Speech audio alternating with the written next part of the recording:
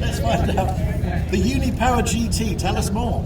It was built in Perivale, 72 of them between 66 and 70. This is the first ever production car, designed by racers, body shape penned by Ron Bradshaw, who was moonlighting while he was drawing the GT40.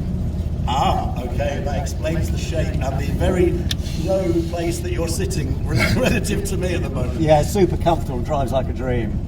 And you're basically just lounging in there on the floor, aren't you? From time to time, take the corners a little bit more seriously. Fantastic. Well, there we are, ladies and gentlemen. You are now the Unipower